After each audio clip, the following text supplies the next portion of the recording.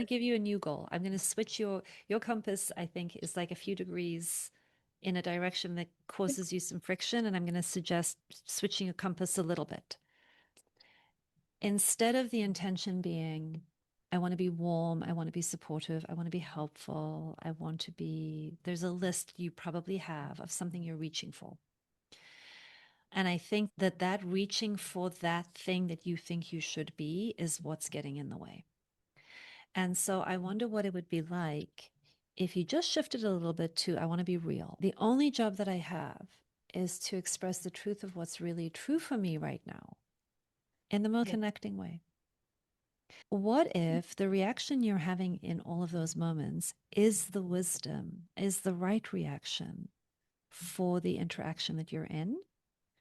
And you could settle into, ooh, I feel a little uncomfortable hearing that. I notice myself putting some pressure on me to be helpful to you in a way that I don't know that I can be.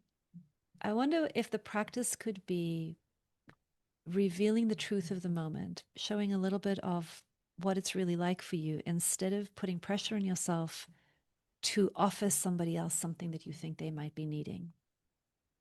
Your natural way of supporting people is going to be exquisitely aligned with certain people. Our job is to be fully expressed in the truth of who and how we are and to let everybody else sort themselves out if they like that or not.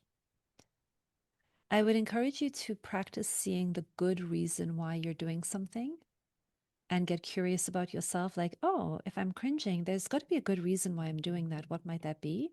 Try to get more into the mindset of, oh, this thing is emerging in me. What is the wisdom of it? What need am I trying to meet? What am Yeah, I I like that. protecting? What am I reaching for?